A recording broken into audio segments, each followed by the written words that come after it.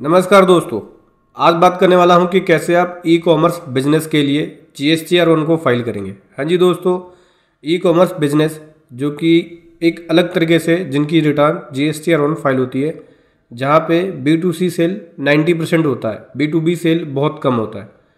तो जब आप अनरजिस्टर्ड पर्सन को यानी कस्टमर को, बिजनेस टू कंज्यूमर को या कस्टमर को सेल करते हो तो B2C सेल होती है, और जब आप बिजनेस टू बिजनेस करते हो यानी एक रजिस्टर्ड पर्सन को, जब रजिस्टर्ड पर्सन को सेल करते हो, आप रजिस्टर्ड हो फिर रजिस्टर्ड पर्सन को सेल करोगे तो B2B सेल होगी। तो ऐसे केस में कैसे आप GSTR1 को फाइल करेंगे, क्योंकि जब आप ई कॉमर्स बिजनेस करते हैं तो आप अपनी सेल अमेज़ॉन, फ्लिपकार्ट या मीशो के माध्यम से करते हैं। तो इस तरह के केसेस में कैसे फाइल करेंगे, पूरा कंप्लीट प्रोसेस बताने वाला हूँ। चलिए समझेंगे डिटेल में। तो सबसे पहले तो देखो, इस प्रकार से एक रिपोर्ट निकलेगी आपकी। हालांकि रिपोर्ट मेरी बड़ी थी, लेकिन मैंने उसमें से जो काम चीज़ें थी वो रख लिया है। जैसे कि कस्टमर का स्टेट, जो कि रिटर्न के लिए GSTR1 के लिए चाहिए होगा। कस्टमर का स्टेट, जिस भी स्टेट में उसको डिलीवर हुआ या शिप हुआ। फिर आइटम का एचएसएन कोड और आइटम का नेम। फिर GST rate, quantity, taxable value. ठीक है, ये मेरी टैक्सेबल वैल्यू है। टैक्सेबल वैल्यू चाहिए होगी। फिर IGST, CGST, SGST, ये सारी चीज़ें चाहिए होती है GSTR1 को फाइल करने के लिए। इतनी रिपोर्ट होती है जो कि एक B2C सेल्स की एंट्री को करने के लिए चाहिए होगी। मैं इसको सब टोटल लगा के CGST, SGST, IGST और टैक्सेबल वैल्यू और क्वांटिटी में सब टोटल लगा के इसके रिपोर्ट को थोड़ा और अच्छे से कर लेता हूँ। देख सकते हैं ये आ गया। यहाँ पे क्लिक करेंगे तो स्टेट वाइज रिपोर्ट आ गई कि ये स्टेट वाइज है। अब देखो, इसकी सबसे पहले तो अकाउंटिंग होगी।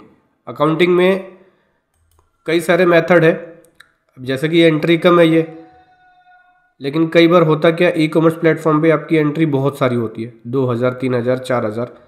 ऐसे में आप एक एक बिल की एंट्री अपने सॉफ्टवेयर में करोगे तो आपका सॉफ्टवेयर का डाटा हैवी हो जाएगा। हालांकि बहुत सारे मार्केट में अलग अलग सॉफ्टवेयर है, लेकिन टैली के अंदर अगर आप करोगे तो ये हैवी हो जाएगी। क्योंकि अगर एक महीने की 3000 एंट्री है तो 12 महीने की एंट्री इतनी हैवी हो जाएगी कि आपका टैली हैंग करने लगेगा।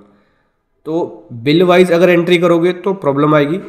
यहाँ पे मैं स्टेट वाइज एंट्री करके मैंने टैली में रिपोर्ट बनाया हुआ है। देखो ये रिपोर्ट है और इसकी एंट्री हम लोगों ने टैली में स्टेट वाइज किया हुआ है। आपको दिखाता हूँ। टैली पे आ गए, डिस्प्ले पे आ गए, स्टैट्यूटरी रिपोर्ट पे आ गए और GSTR1 पे आ गए। टैली के थ्रू ही फाइल करेंगे GSTR1। ठीक है, तो यहाँ पे मैं दिसंबर मंथ निकाल लेता हूँ। दिसंबर मंथ की फाइल करने जा रहे हैं हम। दिसंबर 23 की, तो ये दिसंबर 23 निकाल लिया। ये देखो दोस्तों, अब यहाँ पे मैं आपको दिखा दूँ, ये सारी एंट्री कर रखी है हमने। ये वाली एंट्री गलत हो रही है, एक्सपोर्ट में नहीं आएगी। ये वाली एंट्री एक एक्स्ट्रा हो रही है, इसको डिलीट कर लेते हैं पहले, क्योंकि जितनी भी है मेरी सब B2C सेल है, तो एक्सपोर्ट वाली सेल नहीं होगी। हाँ, अब यहाँ देखो टैक्सेबल वैल्यू कितना है, 33,272। यहाँ देखो 33,272। टैक्स हो गया 5907, 5907, 40 रुपीज़ का CORS। ठीक है, ओके। तो इसकी एंट्री कैसे करिए मैं आपको दिखाता हूँ। एंट्री को खोल के दिखाते हैं। इस पर क्लिक करेंगे, स्टेट वाइज रिपोर्ट हमें मिल जाएगी। देखो ये स्टेट वाइज रिपोर्ट आ गई है। इसको किसी भी स्टेट को एंटर कर लेते हैं और यहाँ दिखाता हूँ मैं आपको। हर एक स्टेट की एक सिंगल एंट्री कर रखी है। ठीक है, जहाँ पे आइटम ले लिया, क्योंकि क्वांटिटी भी हमें मिल जाती है कि उस स्टेट में कितनी क्वांटिटी सेल हुई है। ठीक है, किसी स्टेट में 4 हो सकती है, 5 हो सकती है, तो अलग अलग स्टेट्स की होती है। जब टोटल सब टोटल लगाओगे तो ऐसे निकल के आएगी। तो देख सकते हैं यहाँ पे एक क्वांटिटी है, यहाँ भी एक क्वांटिटी, इसका रेट ये है और उसके हिसाब से एचएसएन कोड आइटम पे सेट है। तो ये जो करना है आपको, वो करना है POS इनवॉइस के अंदर, क्योंकि ये जो एंट्री है मेरी POS इनवॉइस के अंदर है। सबसे पहले POS इनवॉइस का फॉर्मेट बनाना होगा। कैसे बनाना होगा, बाहर निकलेंगे, अल्टर पे आएंगे, गेटवे ऑफ टैली पे आके, और यहाँ से आ जाएंगे वाउचर टाइप पे। वाउचर टाइप पे आएंगे, वाउचर टाइप पे आके यहाँ पे ऑनलाइन सेल दिखाता हूँ मैं आपको। पहले से बना रखा है मैंने। ऑनलाइन सेल के अंडर ग्रुप में रख लिया। और उसके बाद यहाँ पे एक ऑप्शन होता है यूज़ फॉर POS इनवॉइसिंग। बस इसको आपको यस करना है। मैंने ऑलरेडी यस किया हुआ है, आपको बस यस करना है। फिर जैसे यस कर लेंगे, वाउचर एंट्री में आएंगे, F8 करके आपको बस वो हेड सेलेक्ट करना होगा ऑनलाइन सेल का, वो वाउचर टाइप सेलेक्ट करना होगा, जैसे कि मैंने किया हुआ है। तो आपको दिखा देता हूँ, display स्टोचरी report GSTR 1,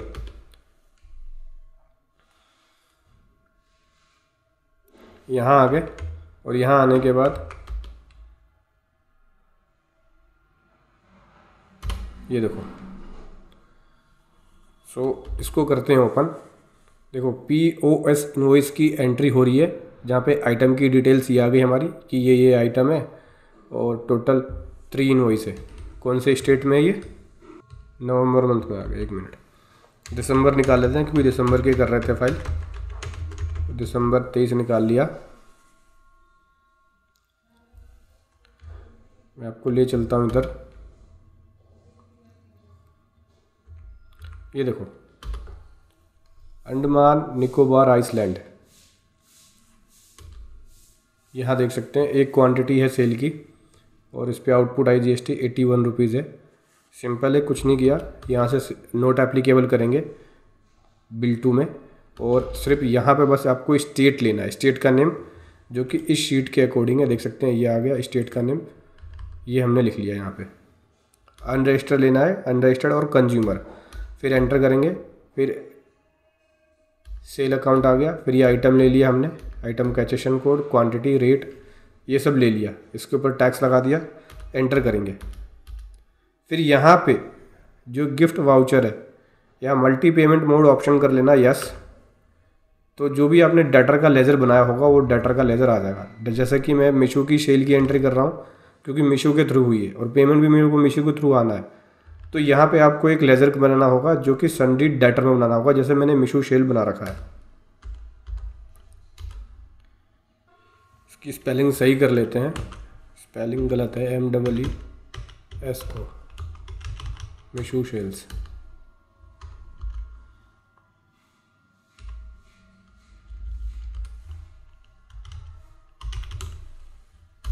Meesho sales sundry debtors के अंडर ग्रुप में रखना है और यहाँ रखना है आपको अनरजिस्टर्ड। ठीक है, अनरजिस्टर्ड में रखना है क्योंकि सारी सेल हमारी B2C वाली होने वाली है, इसलिए आप अनरजिस्टर्ड रखना। फिर उसके बाद जो भी नो इसका टोटल वैल्यू होगा वो लिख देना यहाँ, क्योंकि जो मीशो से पैसे लेने हैं वो 531 रुपये का लेना है। तो जब आप ये ऐसा करोगे, इसको सेव करोगे, तो मीशो सेल के लेज़र में ही 531 रुपये जाएगा। ठीक है, इसी से हमें लेना होगा, ना कि किसी कस्टमर से लेना होगा, क्योंकि ऑनलाइन सेल में यही होता है कि पेमेंट हमें जिस प्लेटफॉर्म से सेल कर रहे हैं उसी से आती है। मैं आपको दिखाता भी हूँ, ये देखो 531 रुपये। फिर उसके बाद जो भी इनके चार्जेस होंगे लेस करके फाइनल अमाउंट आएगा। अभी डिस्प्ले स्टोचरी और GSTR 1 पे आ गए। GSTR 1 पे आने के बाद यहाँ से करते हैं डेट चेंज, 1 दिसंबर 23 से 31 दिसंबर 23।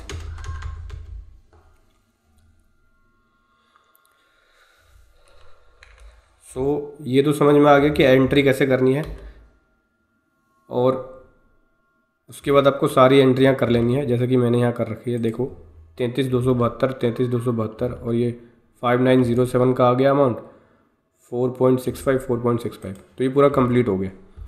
सेल कंप्लीट होने के बाद हमारी रिटर्न रेडी है। यहाँ चेक कर लेना कोई मिसमैच तो नहीं है, कोई मिसमैच होगा तो यहाँ बता देगा, कोई भी मिसमैच नहीं है। आप उसके बाद HSN समरी देख लेना क्या HSN सारे प्रॉपर डले हुए हैं। HSN कोड आप ज़रूर चेक कर लेना, क्योंकि सबसे ज़्यादा एरर HSN कोड में ही आता है। HSN कोड आपको 6 डिजिट या 8 डिजिट रखना ही होगा, इससे कम रखोगे तो एरर आ जाएगा। ठीक है, जैसे मेरे केस में तो ओके।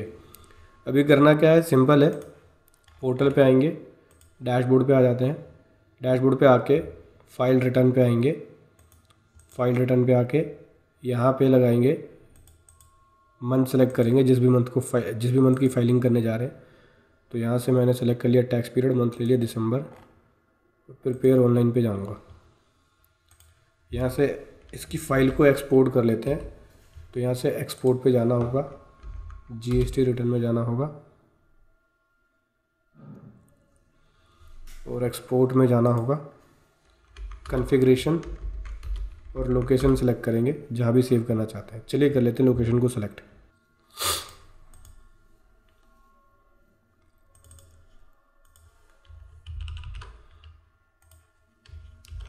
लोकेशन को कर दिया पेस्ट। देखो मैं सबकी फ़ाइल सेपरेटली एक्सपोर्ट कर रहा हूँ, तो इस ऑप्शन को यस करना, जहाँ से आपकी HSN फाइल, डॉक्यूमेंट समरी और B2C इनवॉइस की डिटेल, HSN कोड की डिटेल अलग अलग आएगी। ठीक है, एक्सपोर्ट पे क्लिक करेंगे।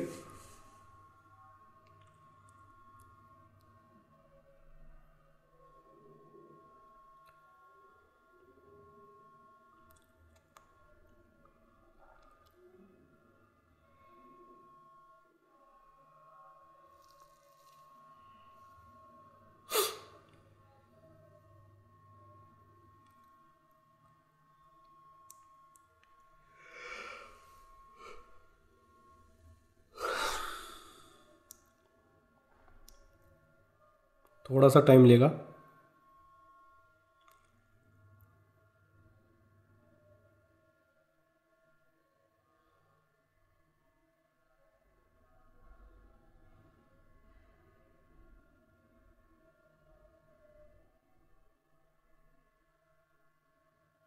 देखो इसने सारी हमारी जियोशन फाइल बना दी है। करना क्या, पोर्टल पे आना और एक एक करके सेलेक्ट करना फाइलों को।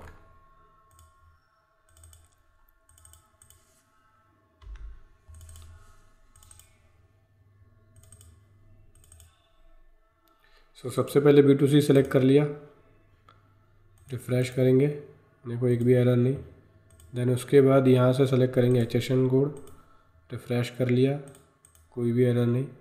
उसके बाद यहाँ सेलेक्ट करना होगा डॉक्यूमेंट को सेलेक्ट किया, रिफ़्रेश किया। अभी बैक टू फाइल GSTR 1 पे आ जाते हैं। यहाँ से टैक्स पीरियड दिसंबर मंथ, सर्च पे क्लिक, प्रिपेयर ऑनलाइन। देख सकते हैं B2C सेल ये आ गई हमारी, ये एक डॉक्यूमेंट, ये HSN कोड।